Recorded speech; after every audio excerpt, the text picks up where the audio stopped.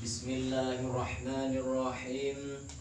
Alhamdulillahi rabbil alamin. Wassalatu wassalamu ala asyrafil mursalin wa ala alihi wa sahbihi ajma'in wa man tabi'ahum bi ihsanin ila yaumiddin. Bismillahirrahmanirrahim. Wa in kuntum fi raibim mimma nazzalna ala abdina fa'tu bi suratim min mithli wad'u syuhada'akum min dunillahi in kuntum shadiqin. Ayat ini menerangkan bagi orang-orang yang masih meragukan kepada Al-Quran tentang petunjuk-petunjuk Allah yang diturunkan kepada baginda Rasul Muhammad sallallahu alaihi wasallam. Allah memberi tantangan kepada orang-orang yang meragukan kepada kitab-kitab Allah, yang artinya, dan jika kamu meragukan Al-Quran yang kami turunkan kepada hamba kami Muhammad, maka buatlah satu surat semisal dengannya dan ajaklah penolong-penolongmu selain Allah jika kamu orang-orang yang benar. Di depan juga diterangkan, Dzalikal kitabu la raiba fihi hudal lil muttaqin. Ini bagi orang-orang yang masih ragu kepada kitabullah, Al-Quran yang diturunkan kepada baginda Rasul. Justru Allah memberi suatu tantangan kepada orang-orang yang masih meragukan kepada kitab-kitabnya. Makanya apa yang harus kita ragukan lagi? Sedangkan Allah sendiri menantang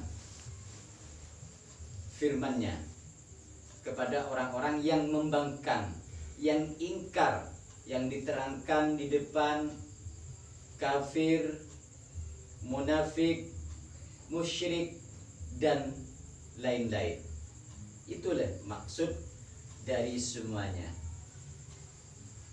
Jadi apabila kita belajar Al-Quran, maka janganlah ada keraguan sedikit pun saja. Bukan tidak boleh belajar kitab-kitab yang lain, yang kitab itu mengambil atau memetik dari Al-Qurannya. Jadi kitab-kitab yang dari bawah, Sulam Safina, Sulam Taufik, Takrib, dan lain-lain, itu bukan membuat kitab lagi. Di situ mengutip dari Al-Qur'annya. Mungkin di zaman dahulu masih belum memahami bacaan Al-Qur'annya karena membutuhkan hadis, qiyas, isma, dan ijma'nya. Seperti itu yang saya terangkan kemarin tentang musannifin, pengarang-pengarang kitab yang mengutip dari Al-Qur'annya. Ternyata rukun Islam dan imannya mengambil dari surat Al-Baqarah, sehingga sesuai dengan Al-Qur'annya. Di situ juga jangan diragukan lagi. Apabila ada suatu kitab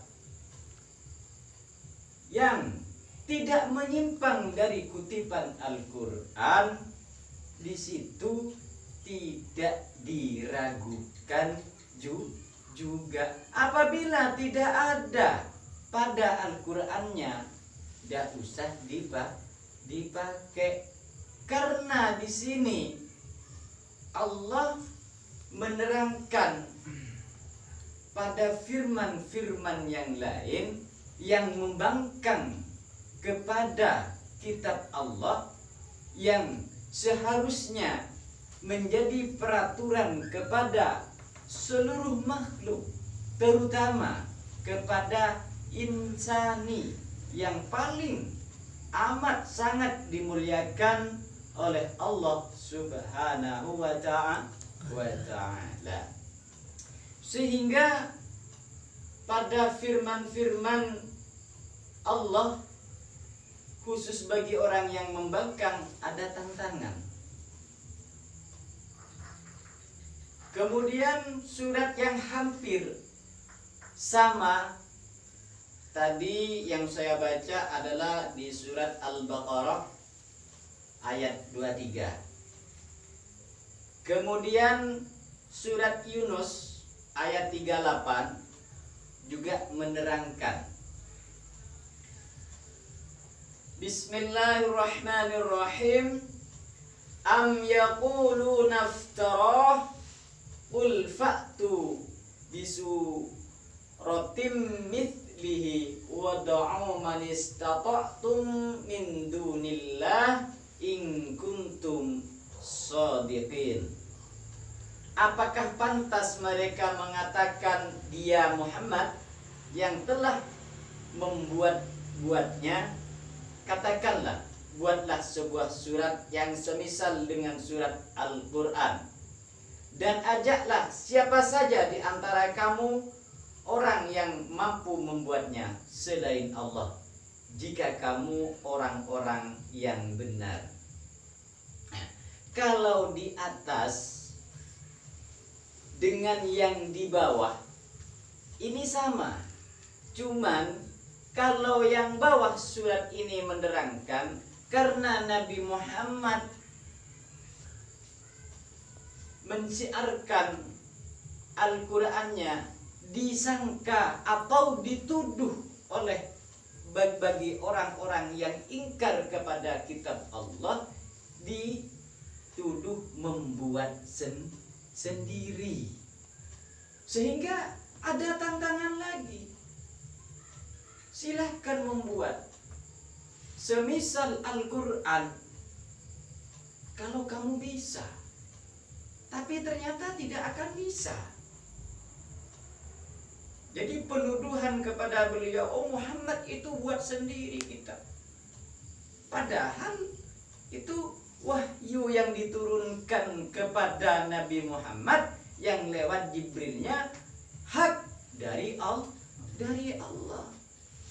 Jangankan sekarang, dulu juga baginda Rasul dituduh dibuat peraturan sendiri.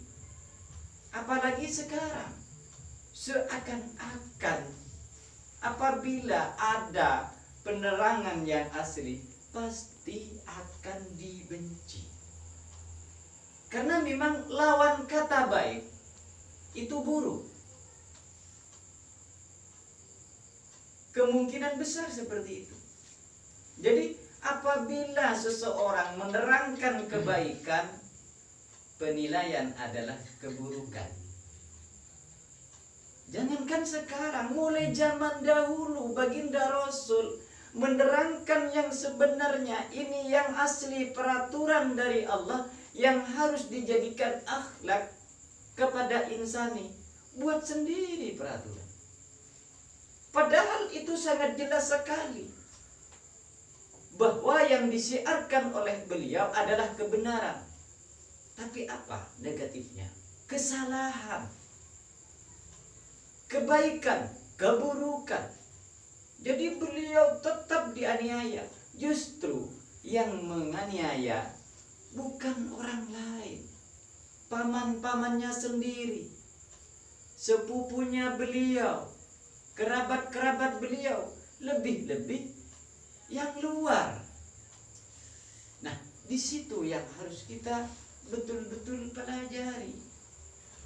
Memang skenario ilahi itu udah mudah, tidak main-main. Sampai mana kita itu mempelajari kebenaran yang betul-betul menurut Allah. Kalau bahasa hukum ya diuji. Nyampe mana kamu belajarnya? Nyampe mana kamu cintanya? Seperti itu. Ya kalau Allah memang pantas menguji. Karena apa? Tujuannya untuk lebih dewasa lagi. Untuk menuju ilahi. Kemudian surat Hud ayat 13 juga menerangkan, am yaquluna iftarah qul fa'tu bi asyri suwarim mithlihi muftarayati wad'u man istata'tum min dunillah in kuntum shadiqin. Bahkan mereka mengatakan dia Muhammad telah membuat Al-Quran itu. Katakanlah, kalau demikian datangkanlah 10 surat semisal dengan Al-Quran yang dibuat-buat, dan ajaklah siapa saja di antara kamu yang sanggup selain Allah jika kamu orang-orang yang benar. Ini pemecahan dari Al-Baqarah yang di depan, pengakuan kebenaran, pengakuan kebagusan sebenarnya sudah diterangkan mulai awal. Siapakah yang mendapat gelar pertama kali yang mengaku benar? Adalah iblis. Aku lebih baik daripada Adam. Aku lebih benar daripada Adam. Jadi kalau diperpanjang seperti itu, jadi mengaku lebih baik, mengaku lebih pintar, mengaku di atas segalanya kebaikan, siapakah dia? Itu saja.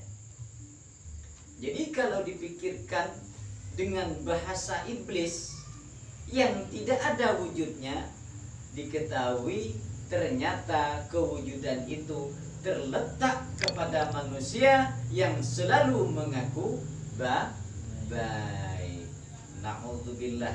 Mudah-mudahan kita semuanya walaupun belajar mengetahui dengan kebenarannya, jangan mengaku benar, jangan mengaku baik. Kita diciptakan oleh Allah insan yang sangat dhaif. Khuliqal insanu dha'ifa. Itu jelas. Kemudian la haula wala quwata illa billahil aliyyil azim. Jadi apa yang harus kita akui?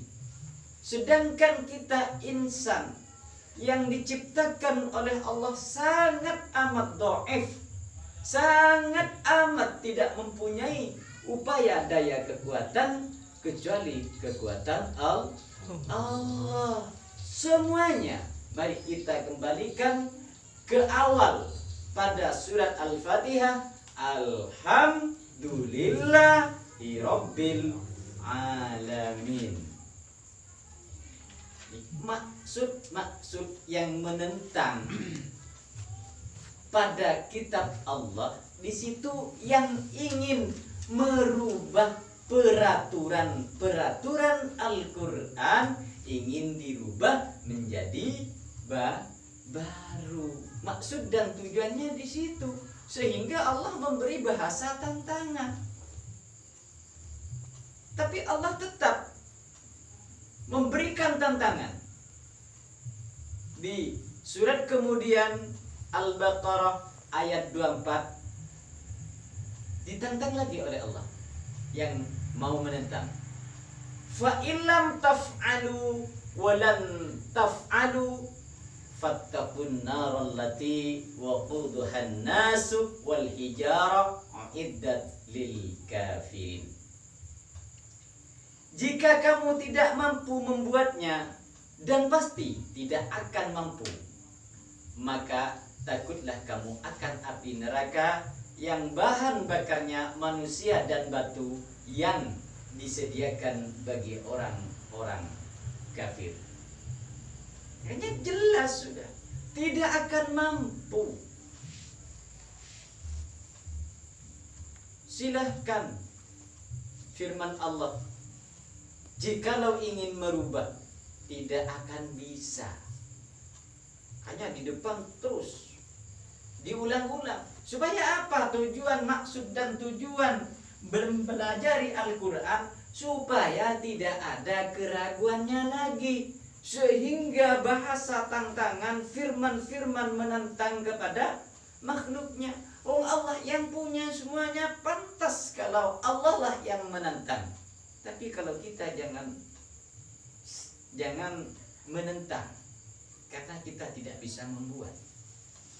Sudah, apabila ada firman yang merujuk kebagusan dan keburukan, kita tidak bisa memvonis, karena semuanya itu adalah hak Allah. Kita beritahu saja bahwa ini adalah baik, ini adalah buruk.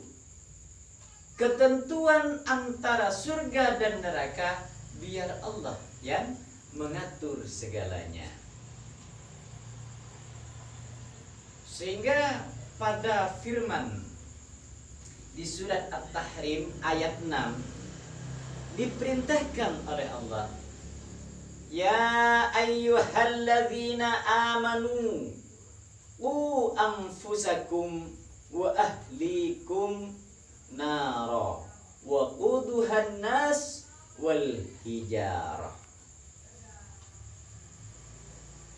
Hai orang-orang yang beriman, peliharalah dirimu dan keluargamu dari api neraka yang bahan bakarnya adalah manusia dan batu.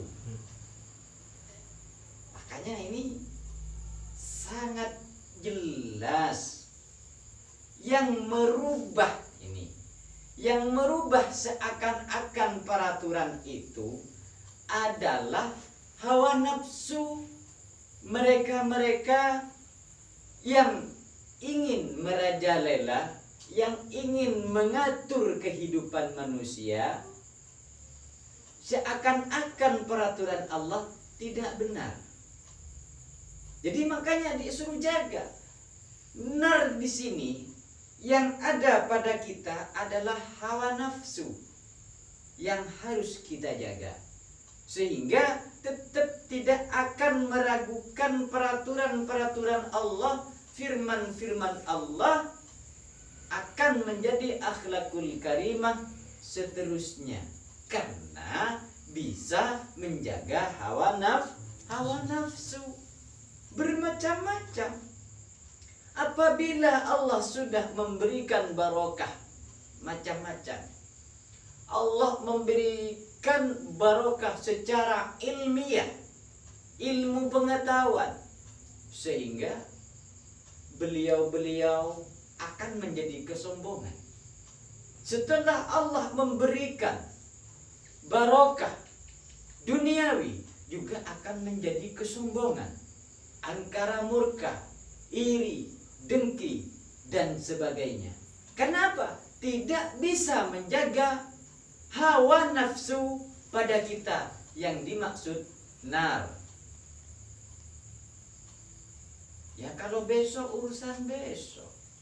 Besok api neraka yang masih belum kita kelihatan, mau jaga besok, ya tidak akan mungkin bisa menjaga besok apabila kita tidak bisa menjaga dari sekarang. Jadi jagalah sekarang dalam hawa nafsunya, keangkara murkaan. Kebanyakan manusia di sini adalah angkara murka karena tidak bisa menjaga hawa nafsunya. Sehingga dulu di waktu ada peperangan yang sangat amat besar, ada sahabat menanyakan kepada beliau, baginda Rasul Muhammad sallallahu alaihi wasallam, ya Rasulullah, apakah ada perang yang lebih besar dari perang ini? Ada. Apa itu ya Rasulullah? Hawa nafsu. Bagaimana mengalahkan hawa nafsu ya Rasulullah? Bisau. Suruh puasa. Yang perlu kita jabarkan, puasa itu bagaimana sih yang benar? Sehari-harinya bukan puasa menahan lapar dan dahaga, menahan hawa nafsu, imsak kullu, semuanya sehari-harinya, supaya tidak menjadi angkara murka.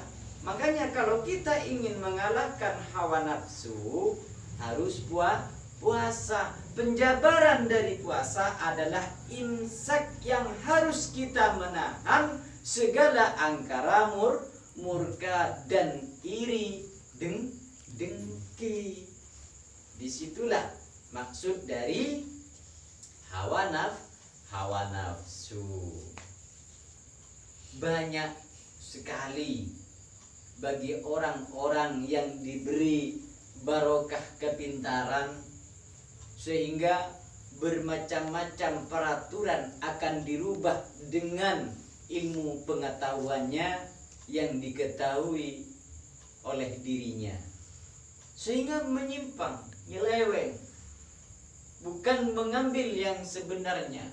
Jadi bahasanya mentakwil atau menafsir yang sudah hak tidak boleh dalam Al-Quran, masih mencari sela-sela kesesatannya sendiri. Intinya ingin merubah, tapi secara samar, dikait-kaitkan dengan firman, cuman diserongkan sedikit, tidak sadar bahwa yang mendengar itu diserongkan. Boleh-boleh saja, ini firmannya, cuman samar. Itu yang harus kita lebih hati-hati, takut menyimpang dari firman-firman tersebut. Karena Al-Quran ini tidak akan bisa dirubah. Ini janji Allah. Secara bacaan, juga secara perilaku, tidak akan bisa berubah. Pasti Allah akan menurunkan yang hak untuk menerangkan yang sebenarnya. Karena jelas firman Allah pada surat Al-Hijr ayat 9, Inna nahnu nazzalna dzikra wa inna lahu lahafizun. Sesungguhnya kamilah yang menurunkan Al-Quran, dan pasti kami pula yang memeliharanya. Jelas. Jadi Al-Quran tidak akan bisa dirubah, baik secara bacaan maupun peraturan. Karena Allah banyak menciptakan insan, alat yang untuk menerangkan firman-firman Allah dan menjadikan perilaku. Tapi orang-orang yang terpilih oleh Allah adalah Al-Mukhtar. Kalau beliau Rasulullah Al-Mustafa atau Al-Mukhtar, dipilih, yang akan menetapkan, dijadikan akhlakul karimah di waktu dulu adalah Nabi Muhammad Sallallahu Alaihi Wasallam. Apakah seterusnya tidak ada? Pasti ada, pasti, karena sudah janji Allah akan dijaga secara bacaan maupun secara perilaku, yang dijadikan contoh kepada sesuatu kaum masing-masing. Pasti itu, tidak usah ragu lagi. Contoh sekarang, pada seluruh, mungkin sudah menyeluruh, diadakan tahfidz Sehingga secara bacaan apabila sudah ada yang tahfidz tidak akan bisa dirubah. Ini secara bacaan mutlak. Akan banyak orang-orang yang hafal dengan peraturan Allah walaupun tidak paham atau tidak mengerti dengan artinya. Ini secara bacaan. Juga secara perilaku ya tetap akan terjaga oleh Allah. Karena Allah sendiri yang janji. Sedangkan janji-janji Allah tidak pernah ada dustanya. Semuanya benar adanya. Di situ. Karena peraturan ini sudah tidak bisa dirubah lagi, yang terjaga oleh Allah sendiri. Contoh seperti ini. Kita sudah punya bos yang sudah peraturan semua pabrik-pabrik atau usaha-usahanya peraturan yang lama yang bisa mensukseskan semua cabang-cabang dari pabrik. Begitu ada yang merasa lebih tahu sehingga ingin merubah peraturan yang lama, ya ditantang oleh bos yang lama. Tidak akan bisa karena yang benar ini dan saya yang sukses ini. Kenapa mau dirubah? Tidak bisa, tetap akan terjaga. Seperti itu perumpamaannya. Jadi tidak akan bisa merubah peraturan yang lama. Karena kesuksesan adalah peraturan yang lama, bukan peraturan yang baru. Sesuai akhlakul karimah yang bisa mensukseskan rahmatan lil alamin, seluruh alam adalah Al-Quran yang dibawa oleh baginda Rasul Muhammad sallallahu alaihi wasallam.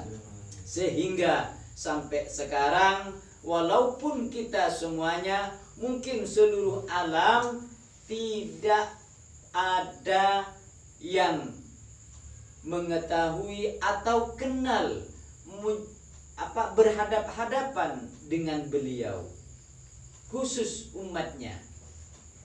Beda dengan sahabatnya. Akan tetapi semua umatnya tergila-gila kepada Nabi Muhammad sallallahu alaihi wasallam. Padahal dulu disangka apa? Membuat kitab sendiri. Ternyata setelah beliau pulang, sekarang semuanya tergila-gila kepada beliau. Rindu beliau, cinta beliau, walaupun beliau sudah pulang ke hadirat Allah Subhanahu wa ta'ala. Namanya selalu disebut-sebut, harumnya. Makanya itu menjadi mata pelajaran yang sangat indah yang harus kita ikuti, karena juga sudah tersurat pada Al-Qur'annya uswatun hasanah, suri teladan yang amat baik. Nah, akhlakul karimah beliau kita tiru walaupun tidak 100%. Belajar baik dalam akhlakul karimahnya, sosialnya, birrul walidainnya, dan semuanya beliau sudah menetapkan kitab Al-Quran yang menjadi akhlak kepada baginda Rasul Muhammad sallallahu alaihi wasallam. Mudah-mudahan ini bermanfaat bagi saya, khususnya umumnya kepada semua yang mengikuti belajar bersama. Mudah-mudahan tetap mendapatkan ampunan, pertolongan, petunjuk dan lindungan Allah Subhanahu wa ta'ala. Akhirul kalam, wassalamualaikum warahmatullahi wabarakatuh. Waalaikumsalam.